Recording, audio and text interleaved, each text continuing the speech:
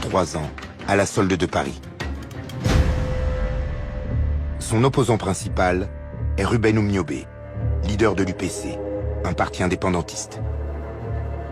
Oumniobé a bien compris le piège de cette pseudo-démocratisation. Il réclame, lui, une véritable indépendance pour son pays, jusqu'aux Nations Unies. L'UPC a demandé à intervenir sur 3 questions. La réunification immédiate du Cameroun, la constitution d'un conseil de gouvernement et d'une assemblée avec des pouvoirs législatifs. Et enfin, la fixation d'un délai pour l'octroi de l'indépendance au peuple camerounais. Était incorruptible. Un Africain qui ne se laisse pas corrompre est très dangereux pour le système néocolonial français. Proche du Parti communiste, l'UPC représente tout ce que la France abhorre. Une sorte de Viet Minh africain qu'il faut anéantir. Le haut commissaire au Cameroun, Pierre Messmer, exclut de négocier avec les Rouges. Ancien de la France libre, ce baroudeur a combattu en Indochine. Traumatisé par la défaite, il n'a qu'un but, détruire l'UPC et neutraliser son chef. Ruben Oumniobé devient l'homme à abattre. Avec l'aide des forces camerounaises, une impitoyable chasse à l'homme s'engage. Mon grand-père, quand il m'en parle, il me raconte tout simplement comme le village en fait de ma mère est un village voisin de celui d'Oumniobé. Et donc on torturait des adultes qui pouvaient d'une manière ou d'une autre savoir où ils se cachaient. Et c'est comme ça que mon grand-père, pour éviter de se faire torturer, il avait décidé de partir avec ses enfants dans la forêt le temps que cette guerre-là se termine.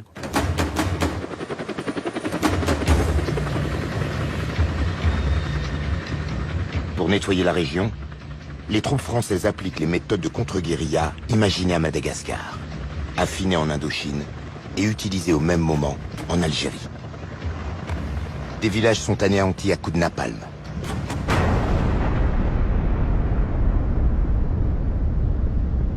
Une guerre cruelle dont les Français de métropole ignorent tout.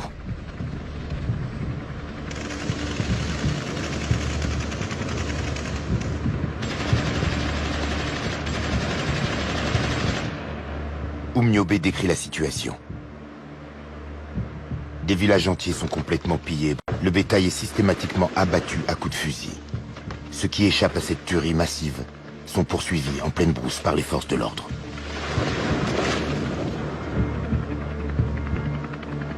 Après des mois de terreur, les maquisards de l'UPC sont anéantis. Repéré, Ruben Oumniobé est abattu.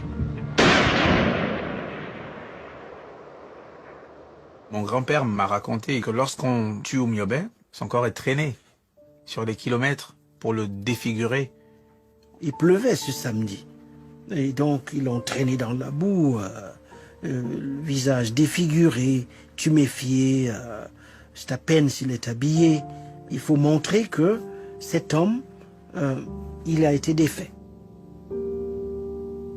Je pense qu'on voulait vraiment démontrer à ceux qui auraient l'idée de se rebeller, comment est-ce qu'ils allaient finir.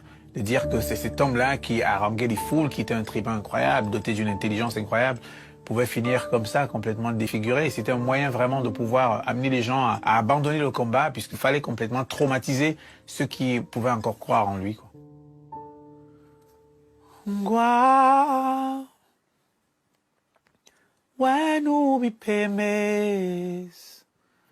Long yes mapubi Nguayem nue Ngua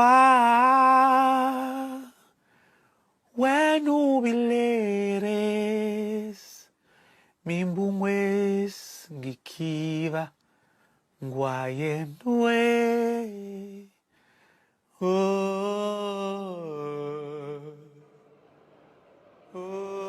L'ennemi est mort. Et le protégé de la France, Amadou Ahidjo, peut se répandre sur les ondes. Les troubles qui ont secoué certaines régions du Cameroun se sont presque tous éteints. Nous avons fait, en collaboration avec les représentants de la France au Cameroun, tout ce qui était à notre pouvoir pour que le calme revienne. Nous sommes heureux de constater que nos efforts ont été couronnés de succès. Amadou Ahidjo prendra le pouvoir et installera une dictature, soutenue par les Français. La répression contre l'UPC au Cameroun durera des années. Avec l'aide de Paris, elle fera des centaines de milliers de victimes. Des morts loin des caméras, des morts silencieuses. C'est le vainqueur qui écrit l'histoire.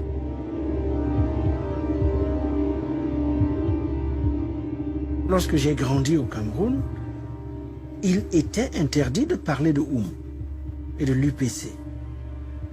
Moi, j'ai été témoin, jeune homme, de gens qui évoquaient Oum et qui essayaient de voir qui était à côté d'eux. Et donc, un silence de plomb a pesé sur le pays. On a essayé de faire comme si Oum n'avait jamais existé.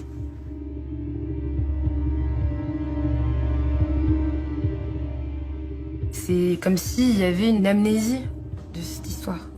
Ou en tout cas, il faut vraiment faire un travail archéologique quoi, pour déterrer, même au sein des familles, ce qui a été, l'ampleur de ce qui a été et qu'est-ce qui s'est passé. Dans les cours d'histoire qu'on avait au collège, le Cameroun était pris comme exemple d'une décolonisation pacifique. C'est incroyable à quel point les faits et l'histoire peuvent être falsifiés, et de manière institutionnelle. La métropole se désintéresse de ces combats lointains. Les Français ont alors bien d'autres soucis.